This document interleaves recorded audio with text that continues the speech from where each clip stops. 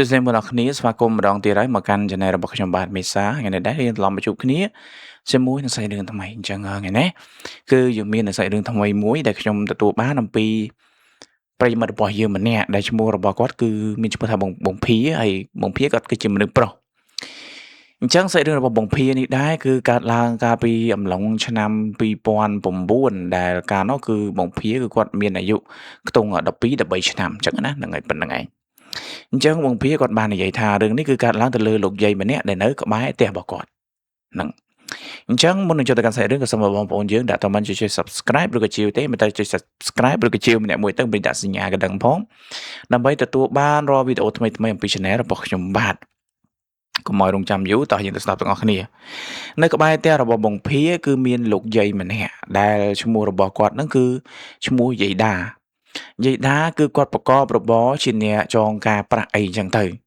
និយាយទៅនៅក្នុងភូមិហ្នឹងគឺណាគេក៏ស្គាល់គាត់ដែរដោយសារតែអ្នកក្នុងភូមិច្រើនតែទៅចងការគាត់អីចឹងណា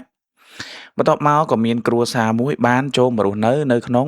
ភូមិរបស់គាត់គឺគ្រួសារនោះគឺមានតែ2នាក់ប្តីប្រពន្ធទេដោយប្រពន្ធមកដល់គឺគាត់ប្រកបរបរជាអ្នកលក់អីវ៉ាន់ចាប់ហួយមានន័យថាគាត់លក់អីវ៉ាន់កប៉ិកកពុកនៅខាងមុខផ្ទះចំណែកឯប្តីរបស់គាត់ហ្នឹងគឺទៅធ្វើការសំណង់ចឹងទៅអញ្ចឹងគាត់មកនៅក្នុងភូមិនឹងនៅផ្ទះមួយ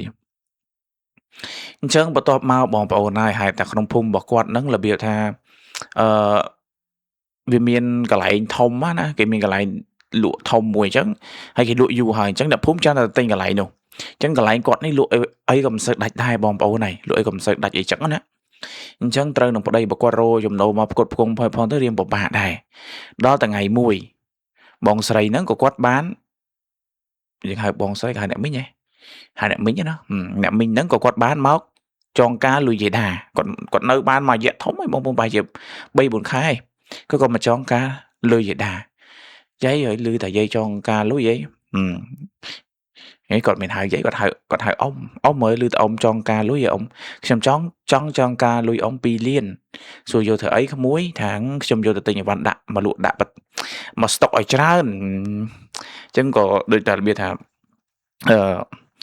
ឃើញគេលក់គេវ៉ាន់គេច្រើនអញ្ចឹងណាអញ្ចឹងខ្ញុំចង់យកមកលក់ឲ្យច្រើនទៅដើម្បីអីឲ្យគេមើលឃើញតែកន្លែងយើងធំដែរសម្បូរអ្នកមកទិញអញ្ចឹងក៏យាយដាក៏គាត់មិនទៅថាយដែរហ្នឹងហើយឲ្យខ្ចីទៅធ្វើម៉េចមកនៅហើយគាត់ថាតែខ្ចីហ្នឹងលក្ខណៈថារបៀបថាដំបូងគាត់ទៀងនេះដែរណារៀនសូនសាយណាប៉ុន្តែអ្នកមីងហ្នឹងគាត់ថា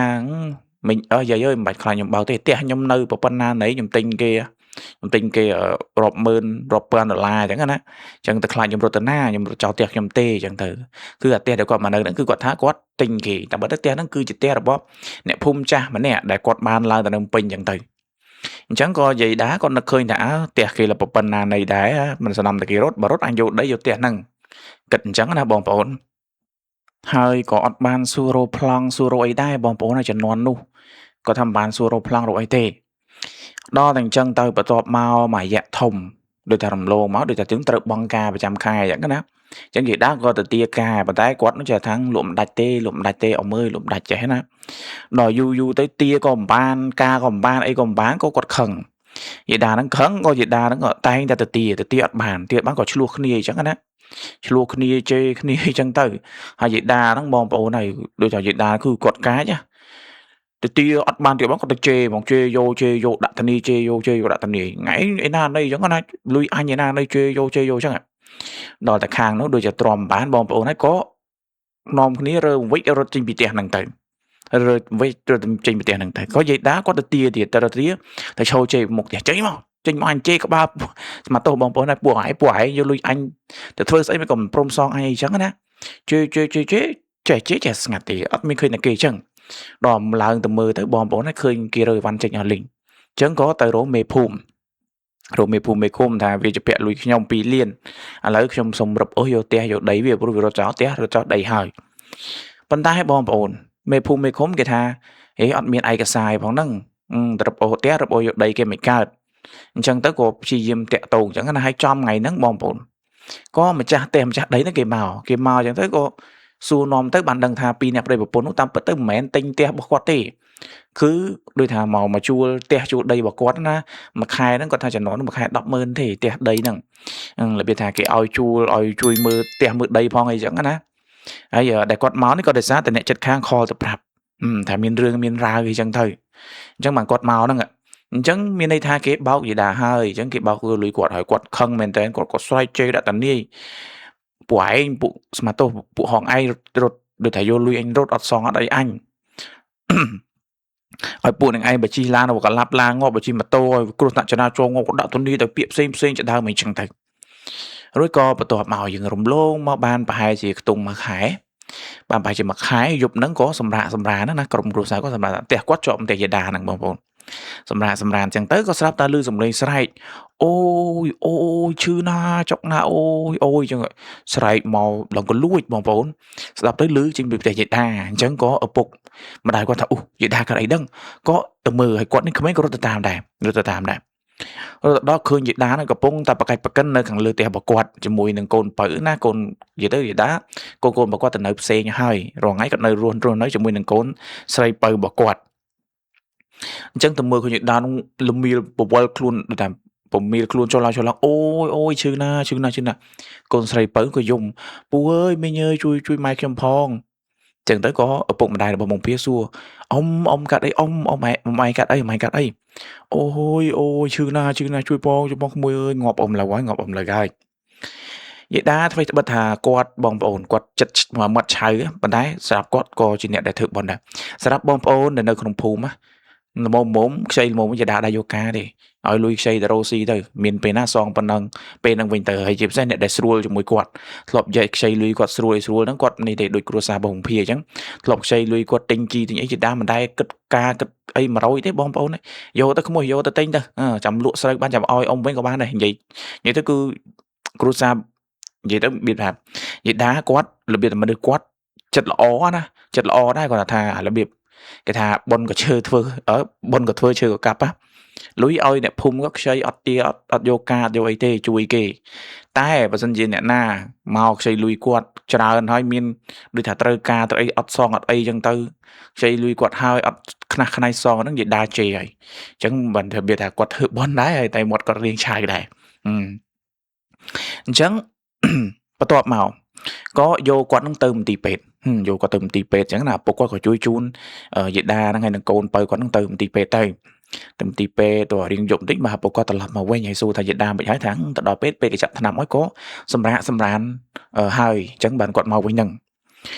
អញ្ចឹងបន្ទាប់មកទៀតហើយដល់ស្អែកឡើងក៏ម្ដាយគាត់រៀបចំបាយទឹករួចគាត់ថាឯងហើយមិនមកទេយកបាយយកអីទៅឲ្យយេដាហើយនឹងកូនគាត់តិចទៅយកឲ្យម្ដាយនឹងកូនគាត់តិចទៅដោយសារថាដូចខ្ញុំនិយាយអញ្ចឹងមនុស្សគាត់ល្អណាអញ្ចឹងមនុស្សគាត់ល្អដែរអញ្ចឹង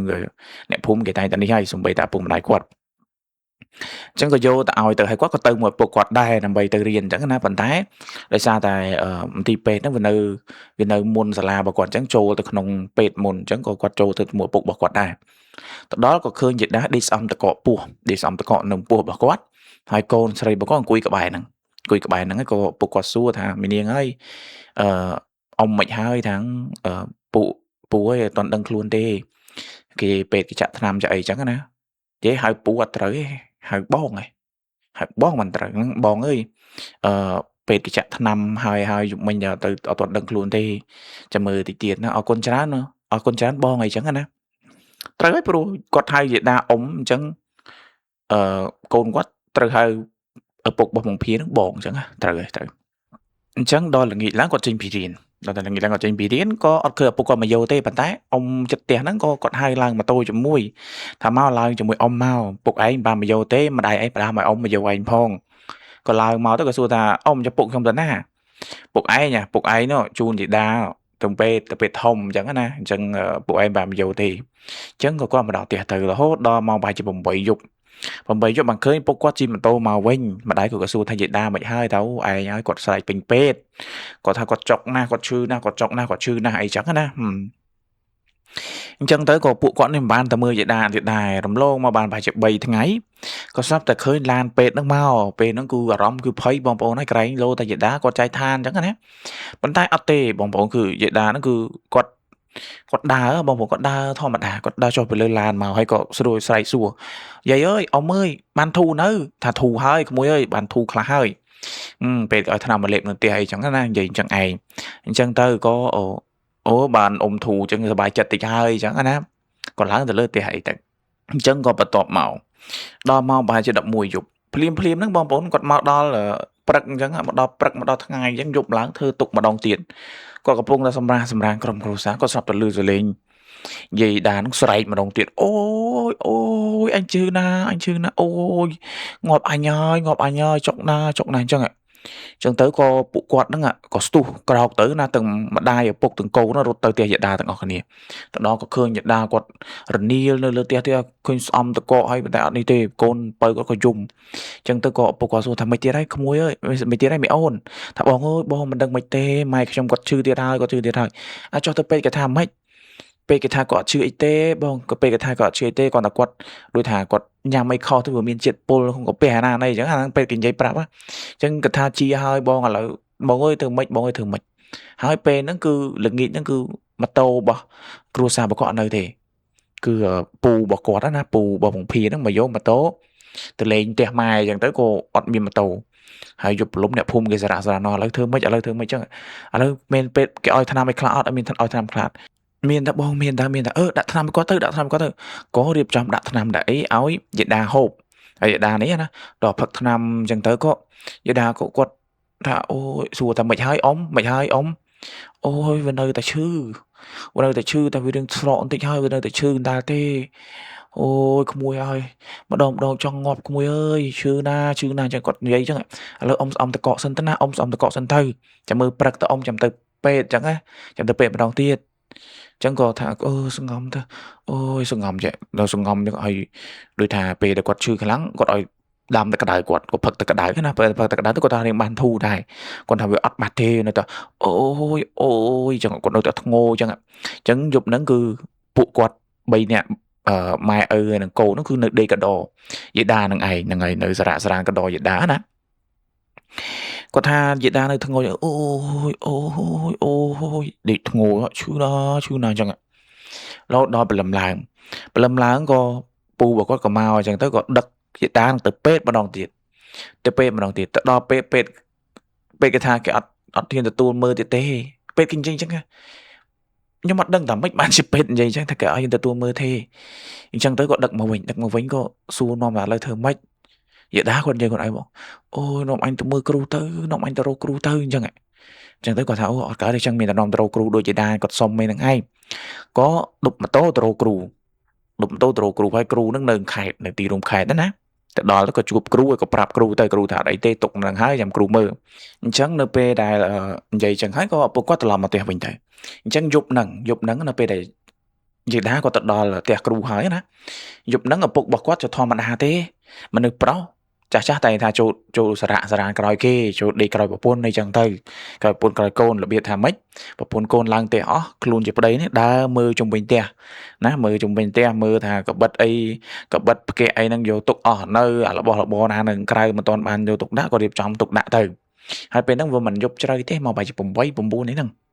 có đà chẳng tới có sao ta đôi thà quạt khơi nhá bong khơi miền mình nè show nó một tia là bao gì đá show cài là bong tê hai quạt thà cho nó về mình miền phơi à cái sân này thế nơi mà đồng phun quán là cái bà đã quỷ chẳng có thà kênh show là một tiền chẳng vì miền phơi mấy giờ mưa đăng thà trên à kê thế còn là kênh show chẳng tới show bây thà show mưa mà thế bao gì đa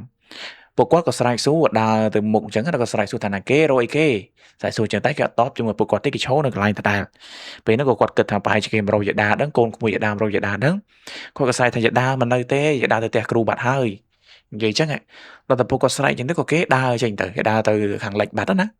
bộ quát còn lại một lời té tới gặp mà này quát thằng mới mấy là cái rồi vậy đa sai số nó mình khơi slide mà khơi ấy có bạt thằng vậy đa té kêu bạt có đa từ bình tại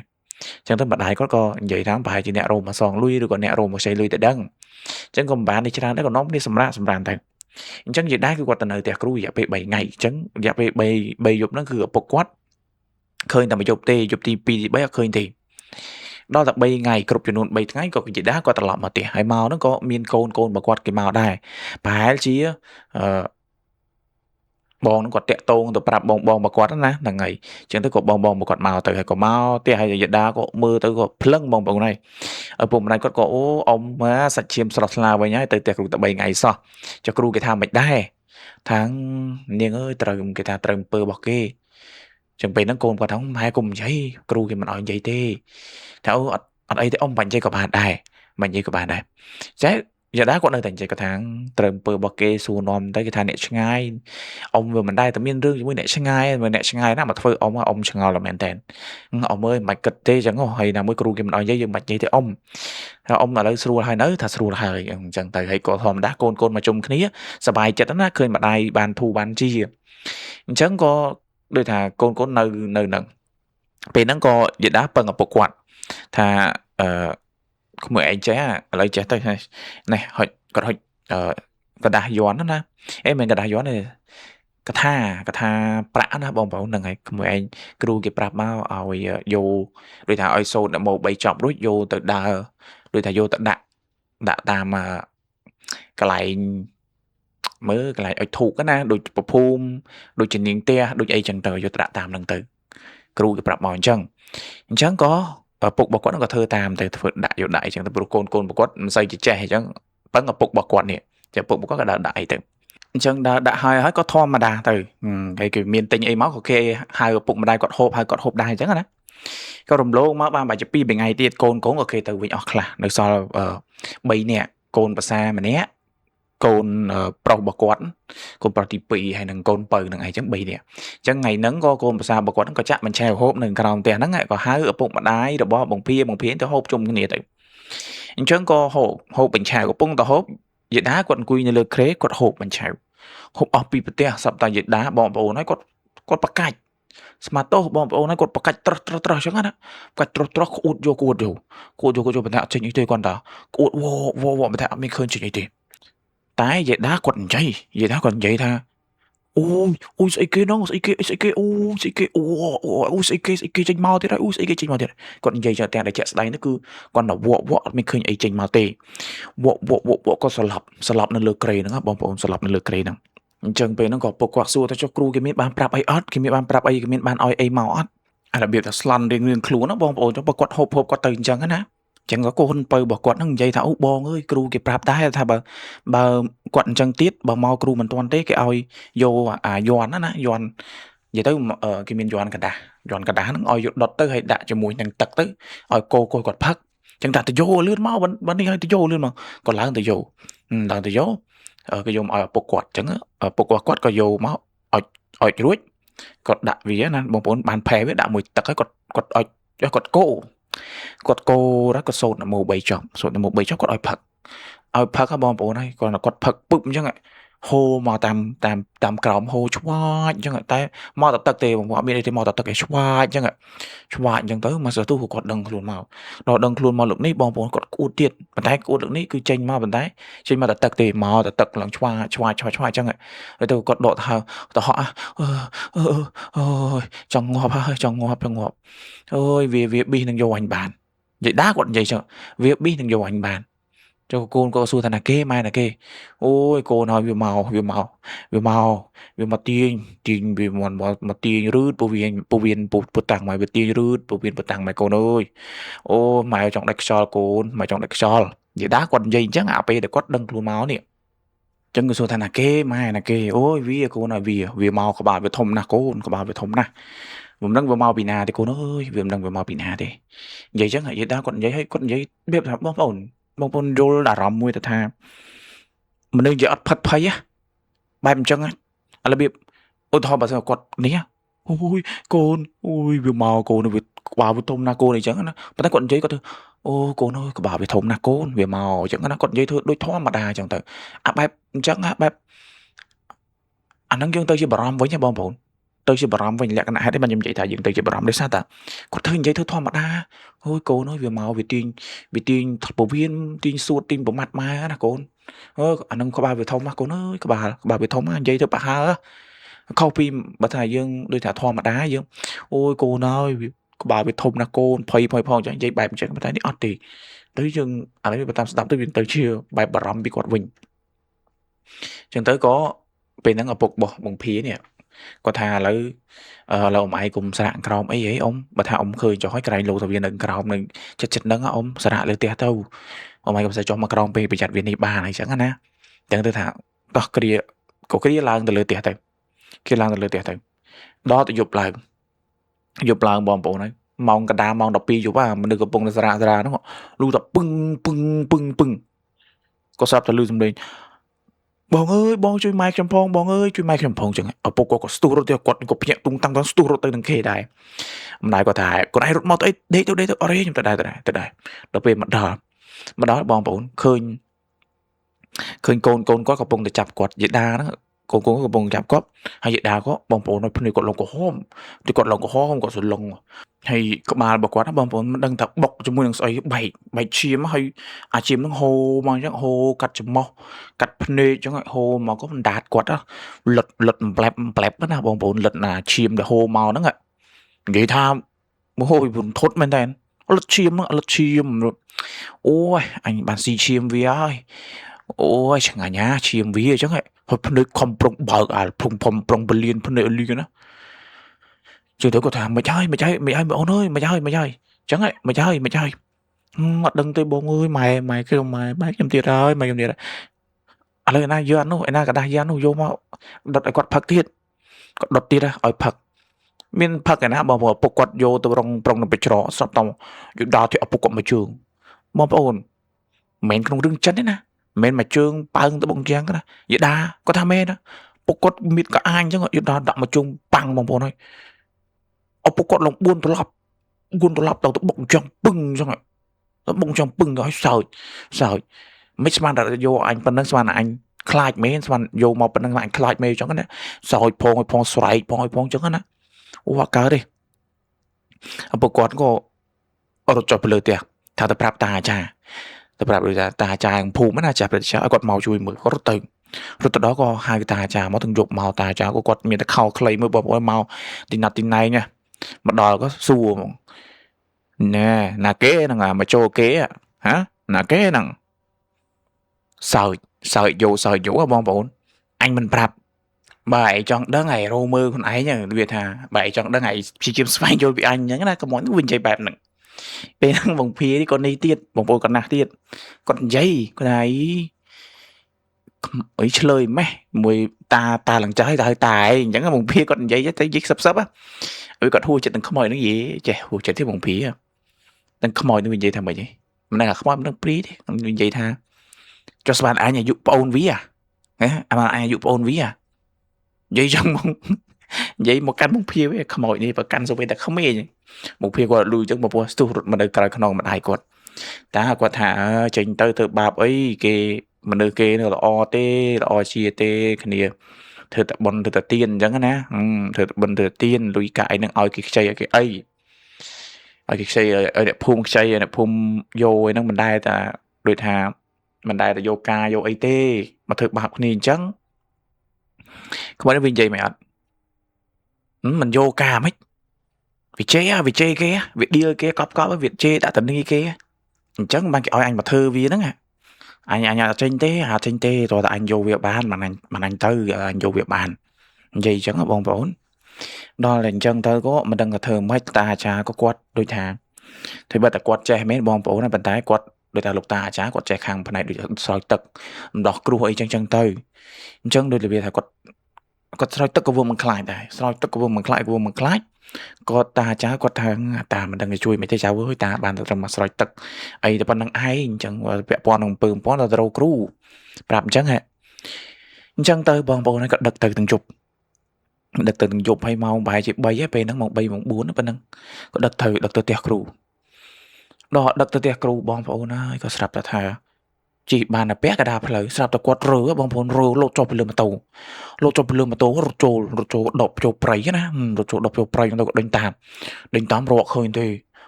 ក៏ភ័យអញ្ចឹងណាក៏ភ័យអញ្ចឹងទៅក៏ឲ្យកូនរបស់គាត់ហ្នឹងជិះម៉ូតូមកវិញមកហៅអ្នកភូមិទៅជួយរកចូលទៅរកដងដប់ព្រៃរត់ឃើញទេដងដប់ព្រៃរត់ឃើញរកយ៉ាងណាក៏រកមកឃើញរកឡើងដល់ភ្លឺ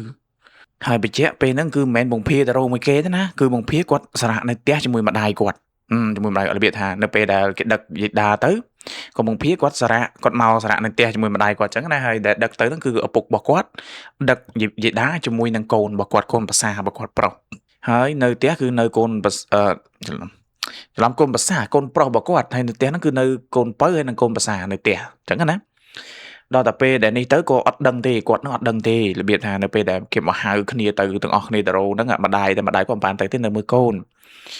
ដល់តែថាម៉ោងប្រហែលជា6ព្រឹកម៉ោងប្រហែលជា5 6ព្រឹកហ្នឹងក៏ស្រាប់តែឮសំឡេងម្ដាយគាត់ហ្នឹងឮសំឡេងប្រាវនៅលើផ្ទះយេដាឮសំឡេងក៏ឆ្ងល់ថារណាធ្វើអុយអញ្ចឹងហើយរណាធ្វើអីពេលហ្នឹងគាត់ភ្ញាក់ដែរភ្ញាក់មកដែរណាព្រោះគាត់ត្រូវទៅរៀននោះភ្ញាក់មកក៏ឮប្រាវម្ដាយគាត់ដើរតាមម្ដាយគាត់ចូលគាត់ឮប្រាវដែរគាត់ចង់ដឹងគាត់ដើរទៅម្ដាយគាត់ក៏ឡើងទៅដើរមើលគាត់ដើរទៅឡើងតាមចិត្តពីក្រោយម្ដាយគាត់ដល់បើកទ្វាររុញទ្វារទៅបងប្អូនឃើញយេដាគាត់បងប្អូនហើយរបៀបសក់គាត់លោកក៏ទ្រូងចំបានចងបានឲ្យសក់គាត់លោកក៏ទ្រូងហើយកៅអៅរបស់គាត់ឡងលយីលយាយមិនកៅអៅសពុតហើយនឹងអាវគាត់លហើយឡងលយីលយាយអញ្ចឹងបើគាត់រុញទ្វារទៅឃើញយេដាហ្នឹងអង្គុយបងប្អូនគាត់កាន់គាត់និយាយទៅអាជើងធូកជើងអីហ្នឹងអាជើងពៀនដែលយើងដាក់តាំងដាក់អីហ្នឹងដាក់តាំងឯដាក់សែនដាក់អីហ្នឹងគូឡងខ្ចោយពេញទៅលើផ្ទះហ្នឹងហើយបើគាត់រុញទ្វារទៅឃើញរួចគាត់ស្រាប់តែយេដាទាញអាជើងពីបានគប់ម្ដាយគាត់ផាំងចុះម្ដាយគាត់កិច្ចទៅគាត់មកបុកគាត់គាត់មិនឡើងតូមពីក្រោយម្ដាយគាត់ដល់តែម្ដាយគាត់កិច្ចមកបុកទៅវិញគាត់ធ្លាក់ទៅលើខំចដោមកដូចគ្រូចឹងណាធ្លាក់ទៅលើមកចឹងទៅម្ដាយគាត់ក៏ស្ទុះឲ្យមកអីអាបកាច់ជេកូនទៀតហើយមករូបអីហីក៏រត់ទៅប្រាប់គេឲ្យទៅហៅនៅភូមិមកចឹងគាត់នៅភូមិក៏មកវិញចឹងទៅដល់តែមកវិញបងប្អូនហើយយេដាហ្នឹងចេញមកឈរមុខផ្ទះភូមិមកឡើងរីចឹងមកឡើងពេញតែមុខផ្ទះចឹងមកឈរនៅមុខផ្ទះស្រាប់តែយេដាបងប្អូនហើយមិនដឹងតែគាត់ទៅបានកបិតមកពីណាទេគាត់ឈរកាន់កបិតនៅមាត់ចណ្ដាលលើផ្ទះហ្នឹងគាត់និយាយមកអាណាឡោមអញកាប់អញកំពុងឃ្លានឈាមអញកាប់អញកាប់ចឹងចូលច្អល់គេចឹងគេអត់មានគេហ៊ានឡើងមកទេបងប្អូនហើយគេឈរចឹងក៏ម្នាក់យេដាឬក៏អ្នកខ្លះក៏អូយបើថានេះចេញពីគាត់សិនទៅឬក៏ឥឡូវចង់ហូបអីនិយាយប្រាប់មកគេសែនឲ្យអញ្ចឹងណាតាមការនិយាយរបស់អ្នកភូមិមានចាស់មានក្មេងមានអីចឹងទៅក៏ស្រាប់តែពេលនៅប្រសង់3អង្គព្រះអង្គនិយាយទៅព្រះអង្គប្រសង់នៅវត្តនឹងឯងដូចថាព្រះអង្គនិមន្តបិណ្ឌបាតព្រមណាព្រះអង្គនិមន្តបិណ្ឌបាតព្រោះមានគ្រូចៅតកានិងមាននេនពីរព្រះអង្គនិមន្តមកក៏ព្រះអង្គនិមន្តចូលមកបងប្អូននិមន្តចូលមកផ្ទះ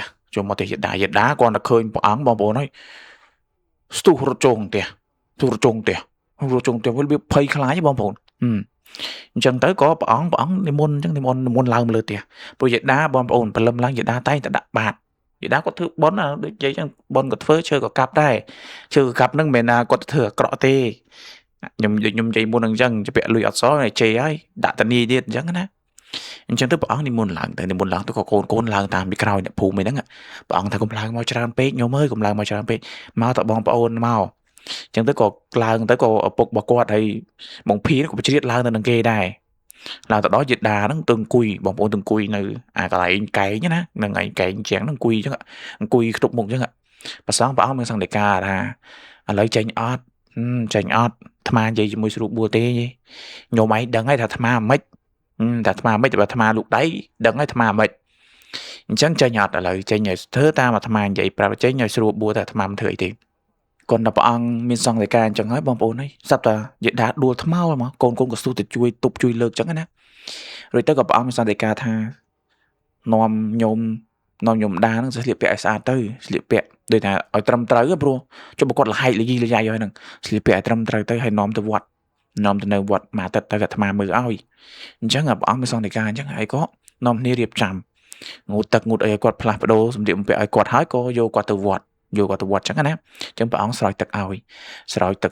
ហើយក៏ចងបោះសីមាហ្នឹងហើយចងបោះសីមាឲ្យហើយចងខ្សែចង្កេះចងឲ្យនៅវត្តហ្នឹងនៅវត្តតែព្រះអង្គមិនមែនថាអីទេព្រះអង្គថាដូចថាដឹងខ្លួនមកវិញព្រះអង្គថាញោមនៅហ្នឹងហើយនៅដាំបាយអាត្មាបានមួយអាទិត្យទៅព្រះអង្គមានសង្ឃដីកាអញ្ចឹងក៏កូននៅកណ្ដោហើយអានេះកូនគេនិយាយប្រាប់បន្ទាប់មកបាន2ថ្ងៃនៅវត្តបាន2ថ្ងៃយប់ហ្នឹងក៏យេដាក៏សារ៉ានក៏សពតែគាត់ភ្ញាក់មកគាត់ភ័យគាត់ស្ទុះរត់ទៅគាត់គ្រូចាតកាគាត់ប្រាប់កូនគាត់ឯងកូនគាត់ក៏ស្ទុះរត់ទៅតាមណាកូនគាត់ស្ទុះរត់ទៅតាមរត់មកដល់គ្រូចាតកាថាមករកអីញោមពេលហ្នឹងយេដាថាវាមកទៀតហើយតែកូននោះវាមកទៀតហើយថាវានៅណាថានៅមាត់ទ្វារអញ្ចឹងក៏ព្រះអង្គនិមន្តទៅ ព្រះអង្គនិមន្តទៅហើយយាយដាគាត់នៅនឹងគាត់ណាកូនគាត់ហ្នឹងក៏កូនគាត់កូនប្រុសទី2ហ្នឹងគាត់ដើរទៅតាមតែគុណក្រែងលោតែគុណប្រើយោអីចឹងណាដើរទៅតែឃើញមែនឃើញវាឈរនៅមាត់ទ្វារឈរនៅមុខទ្វាររបងណាតែវាអត់បានចូលវាឈរនៅមុខព្រះអង្គមានសង្ឃដីកាសួរថាមករោស្អីថាមករោអីទៀតហើយយំហ្មងបងប្អូនយំហ៊ូហ្មងតែគុណអើយជួយខ្ញុំផងខ្មោចហ្នឹងអាព្រាយហ្នឹងមកហ្នឹងគឺស្លៀកសបងប្អូនស្លៀកសប៉ុន្តែវាបែបប្រឡាក់ណាប្រឡាក់ឲ្យសក់លសពងបងប្អូនហើយជ្រោយយំតែគុណហើយជួយខ្ញុំផងតែជួយអីអាត្មាជួយអីថាខ្ញុំទៅវិញហ្នឹងគេមិនឲ្យខ្ញុំទៅវិញទេគេឲ្យខ្ញុំមកយកយាយដាហ្នឹងឲ្យបាន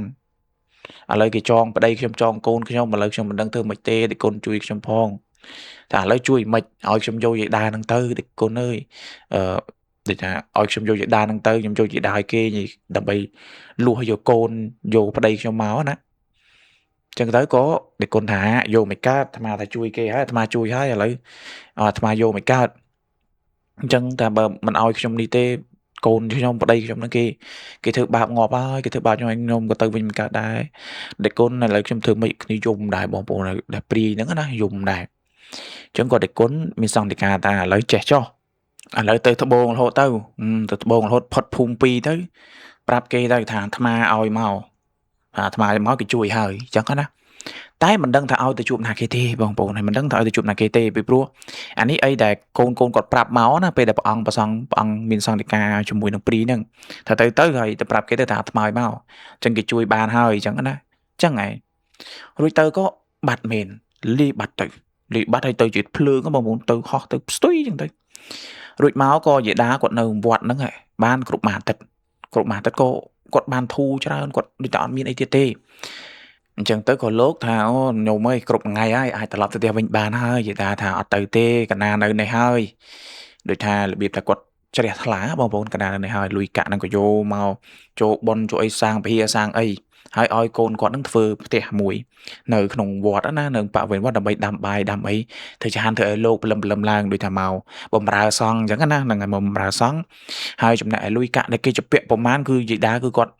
អត់ទៀមមកវិញទេណាគេជពាក់ពីមុនមកយាយដាអាហ្នឹងដូចយើងធ្វើបន់ទៅចុះហ្នឹងហើយលះអស់ទៅអញ្ចឹងក៏នៅនឹងទៅហើយកូនប្រកួតហ្នឹងកូនប្រុសរបស់គាត់ហ្នឹងក៏មកនៅក្នុងភូមិនឹងវិញរបៀបថាតារ៉ូស៊ីហ្នឹងក៏រោមមិនសូវបានក៏យាយដាថាមកនៅភូមិវិញមកជួយមើលប្អូនផងហើយធ្វើស្រែធ្វើចម្ការទៅដីស្រែចម្ការគាត់ក៏នៅច្រើនដែរអញ្ចឹងឲ្យទៅយប់ឡើងគឺកូនប្រុសហ្នឹងហើយនឹងប្រពន្ធជួនកាលក៏កូនប្រុសម្នាក់ឯងហ្នឹងមកសារៈសារ៉ានកដោយាយដាអញ្ចឹងណាមើលម្ដាយក្រែងឈឺយប់ព្រលប់អីចឹងទៅព្រោះធម្មតានៅវត្តយើងឲ្យប្រសង់មកមើលម្ដាយយើងមិនកើតបងប្អូនហើយគឺយើងមកកដោមើលម្ដាយមើលអីស្រាប់តែយប់មួយអានេះអីដែលកូនគាត់និយាយប្រាប់ណាហ្នឹងហើយស្រាប់តែយប់មួយហ្នឹងកំពុងតែសម្រាកសម្រានហ្នឹងក៏ស្រាប់តែមានលោកនេនកូននេនហ្នឹងហើយមិនមែនយប់ជ្រៅទេមកបាយជា8ហ្នឹងនេនហ្នឹងរត់មកថាយាយដាមានគេមករោតែយាយដាមានគេមករោក៏ដើរទៅជាមួយនឹងកូនគាត់ដើរទៅបងប្អូនឃើញឈោក្រៅលបងវត្តដឹងណាគេអត់បងប្អូនគឺ2នាក់ប្តីប្រពន្ធហ្នឹងគឺមករោយាយដាបងប្អូនខ្លួននិយាយទៅថាបបាក់មើលខ្លួនប្រានហ្នឹងសិតតាដូចកាត់ខ្លងអញ្ចឹងបងប្អូនសិតតែបៅខ្លួនប្រានទាំងពីរអ្នកប្តីប្រពន្ធសិតតែបៅហើយស្គមស្គាំងអញ្ចឹងគាត់និយាយដាស់ដើរមកដល់បងប្អូនហើយលុតជង្គង់សាពះគាត់សាពះយាយដាណាយាយអើយយាយអ៊ំអើយអ៊ំខ្ញុំសុំទោសខ្ញុំខុសហើយអ៊ំខ្ញុំជពាក់លុយអ៊ំហើយខ្ញុំរត់គេចហើយខ្ញុំឲ្យគេធ្វើអ៊ំទៀតឥឡូវនេះបាបកម្មខ្ញុំមកសុំកម្មាទោសពីអ៊ំអើយថាណាគេដូចថាគាត់អត់ទាន់ស្គាល់ណារបៀបថាកាលមកនៅភូមិហ្នឹងគឺមុខមាត់ផ្សេងតែមកជុំមានតបៅមានអីពេញខ្លួនពេញអីហើយស្គមហ្នឹងគាត់មើលអត់ស្គាល់គាត់និយាយប្រាប់ទៅនិយាយរៀបរាប់ប្រាប់អញ្ចឹងថាអូអ៊ំបានទៅប្រកាន់អីទេក្មួយហើយលុយជពាក់នឹងអ៊ំមហាសកម្មឲ្យអស់ហើយណាគេជពាក់អ៊ំនឹងអ៊ំមហាសកម្មមកហើយអ៊ំអើយខ្ញុំសុំទោសអ៊ំខ្ញុំវាខុសធ្ងន់ជពាក់អ៊ំលុយអ៊ំមិនសងហើយខឹងអ៊ំឲ្យគេធ្វើអំពើទៀតឲ្យគេធ្វើអំពើអ៊ំទៀតអញ្ចឹងណាក៏និយាយអញ្ចឹងទៅហើយសួរថាមិនក៏មកបានមិនក៏មករោអ៊ំមិនក៏ដឹងតែអ៊ំនៅវត្តហ្នឹងថាមានគេបខំឲ្យខ្ញុំមកមានគេបខំឲ្យខ្ញុំមកសុំទោសអ៊ំមកសុំនេះអ៊ំសួរទៅថាណាគេបងប្អូនហើយថាព្រាយ Pri để crew mộtហ្នឹងចាំមើលអាហ្នឹងចេះខ្ញុំនិយាយឲ្យងាយស្ដាប់ឲ្យវាទៅជារឿងបណ្ដោយទៅឲ្យបងប្អូនងាយស្ដាប់បន្តិចពីព្រោះអាហ្នឹងជាអីដែលដូចថាគាត់មកសុំកម្មាទោសទៅក៏ប្រសងព្រះអង្គឲ្យស្នាក់នៅវត្តនឹងមួយយប់អញ្ចឹងទៅគាត់និយាយរៀបរាប់រឿងរ៉ាវប្រាប់ឥឡូវខ្ញុំនិយាយជាសាច់រឿងមកដើម្បីឲ្យងាយយល់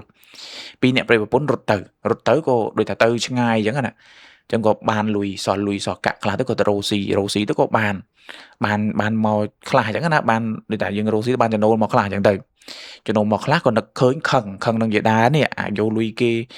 ទៅក៏ហើយមិនសងគេហើយដល់ខ្លួនឯងរកស៊ីបានតិចតួចចាប់ផ្ដើមខឹងនឹងយេដាដែលធ្លាប់ជេរប្រមាថតិចផ្ដាសាខ្លួនក៏ទៅរកគ្រូដាក់មកកាន់យេដា